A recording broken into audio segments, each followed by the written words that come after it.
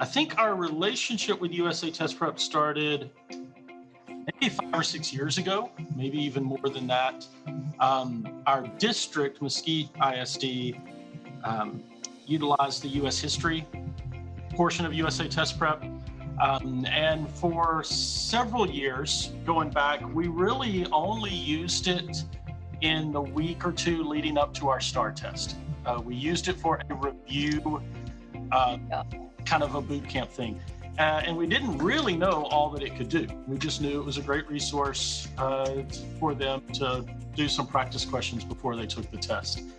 And then last year, beginning of last school year, our new principal kind of tasked our campus with transitioning to standards-based grading, which we knew was going to be difficult, especially from a U.S. history. How do we assess mastery of, a TEK that covers, all of these things, and how are we supposed to do that? Part of our standards-based grading was he also wanted us to do common formative assessments, apart from what the district was doing, so that our teachers and our team would all be using the same test and we could measure our students kind of apples to apples.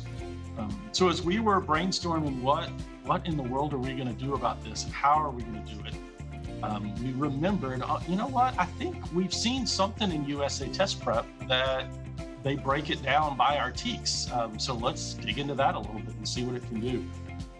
And it was a game changer for us. I know our U.S. history department kind of fought tooth and nails the idea of standards-based. How in the world can you do that?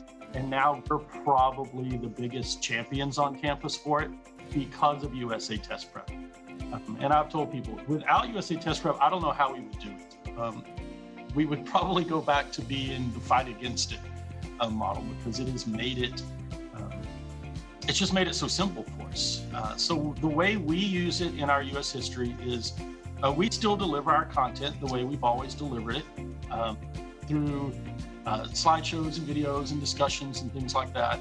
But when we assess the content, we decide what TEKs do we want to assess for this. Right now we're doing the Great Depression. We just took a test over the Roaring '20s. What TEKs do we want to assess? And we sit down together and we'll build an assessment out of USA Test Prep, covering the TEKs that we want. And then the way we do it for standards-based grading is, in our grade book, our students don't have a Roaring '20s test. They have, TEK 6B, TEK 6C, TEK 16A, TEK, and we use the functionality of USA Test Prep where you guys are able to break down a test score by TEK, and those are the scores that go in. What that does for us is it shows students not that you don't know the Roaring '20s, it's this portion of the Roaring '20s you need to go back and focus on. Other part of our standards-based grading is called recovery learning, where students can go back and try to recover learning or show that they know more about that standard than they originally showed. Yeah, so what we're able to do then is they take an assessment, they see what their scores were, and they're able to use you guys' practice kind of functionality. And they go in and they watch the videos, they do additional questions, they can do vocabulary, they can do whatever they want to do in there to practice more and to show more mastery of that TEK. We have students that they obviously know it, they just missed the question on the test, and they answer a few questions and show that they know it, and their score goes way up, maybe like a 0 to an 85. We have other students who will answer 150, 200 questions to try to get it up because they don't really know it that well. And they go back and they watch the videos, but it puts it all the ownership back on the students to, we will deliver the content, we will teach you the content to the best of our ability the first time. And then once we assess it, if you need more work on it, here's the way to do more work. A huge help with COVID, because we are still, here in our school, I have virtual students and face-to-face students at the same time. Okay.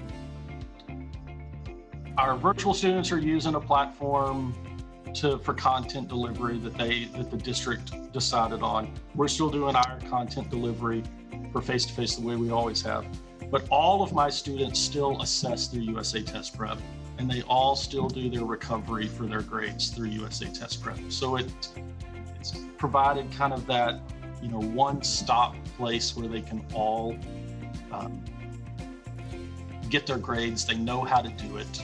So whether they're, coming in or out, making the change 6 weeks to the next, they know here's how you get your grades, here's how the tests happen, here's how you bring up your grades after you take a test. And USATestprep has been the place that's helped us with that.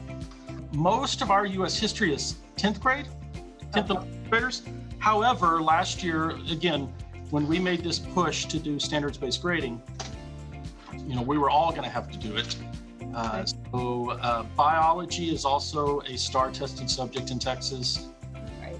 And I can remember, once we found kind of what USATestprep could do, I went to our biology lead teacher and I said, hey, I've opened up a 14-day trial of the biology stuff. I want you to check it out. Let me show you how we're using it. And he said, well, he was excited and mad at the same time. He was excited that I'd found it, and he was mad that I'd been holding back and didn't tell him earlier. It's like, this would have solved our problem so much. With that. That's on you. Yeah. So, biology started using it. We opened up the world history stuff. We opened up some of the economic stuff. And then once the pandemic hit and you guys kind of opened up the whole catalog for people, a lot more of our subjects started using it during the spring when we were all scrambling to figure out what in the world are we supposed to be doing now. And it was so successful. Our admin is so behind it. This summer, our principal he said, we're going to buy the whole catalog. We're not going to pick and choose. So now we have the whole catalog. Most of our core classes have access to it. U.S. history, we teach so fast. There's so much that we cover so fast. We would be given a test every day if we tried to do what they want us to do. But what we started doing last year was we started with the pre-test. We found out, obviously they don't know anything. Right. Or had this subject this time period before, so we gave up on the pre-test. But what we would do is we would start with a post-test. So for instance, we would make a test over the rise of a world power, so all of imperialism in World War I. And then we would, from that post-test, take about 10 questions for an interim test over just imperialism. So we would teach the imperialism, give them the interim test, and we would, they would work on any recovery they needed for that. We would teach World War I, and then the post-test would be back over imperialism again and World War I to kind of see, here's where you were about halfway through the unit. Yep. You did your recovery. Did you gain any ground after you did your recovery? We also use it, we will give unit tests, and then at the end of the 6 weeks, we'll give another test over all the units we covered to see, you assessed, you recovered. When it's tested again, are you getting the same scores that your progress report shows that you should be getting? But when we get to create the test and we know beforehand what's going to be tested, we can then, of course, use phrases that they need to know and help point them in the right direction when we're teaching the material. So they've done pretty well. Now, students that haven't shown very well have put in a lot of work. They have bought into the idea that their grade is never static. They can always go in and show more, do more, bring their grade up to whatever they want it to be. And we've had a lot of students go in. I will say I have noticed students who don't do very well, they got a 50% or 33% on this TEAC. They did a lot of recovery. If that TEAC shows up again on a test, they usually do a lot better on it if they put in the recovery time. I mean, we didn't get the resource. We didn't research the resource. It was something that was handed down to us from the district as, hey, there's this thing we have that you can use. So we didn't really have a lot of, we have so much on our plates all the time. We didn't really have time to look into another thing that we didn't. We hear that a lot. Yeah. Anyway, but we knew it was good for review, and we knew from talking to students who had used it, because the way we used it in our little boot camps right before tests was they would take a benchmark and they would see where are you strong, where do you need to do some work, and then just go in and focus on the time periods that you need to do work in. And the students who did that came back to us after the STAR test and say, I feel like I did better on the test because I saw all those questions in that website you had us use. So we knew it was good, we knew it worked, but we only thought about it come test time. We never really considered. Another thing is our district, we were doing checkpoints every 3 weeks from the district. And so we just never had time really until we started using USATestprep. I don't think I ever created my own test because we just never had time. It takes, we're on block schedules, so we see them every other day for 90 minutes, and it is bell to bell trying to pack in we're teaching the Great Depression and the New Deal in 3 class periods. This is great. You guys have been great. I know as we started utilizing it for standards-based grading, some of the feedback we got from our world history teachers is that the resources were great, but the TEKs were clustered. There were so many TEKs clustered together. It was for them to use the site for standards-based because they couldn't get enough grades doing that.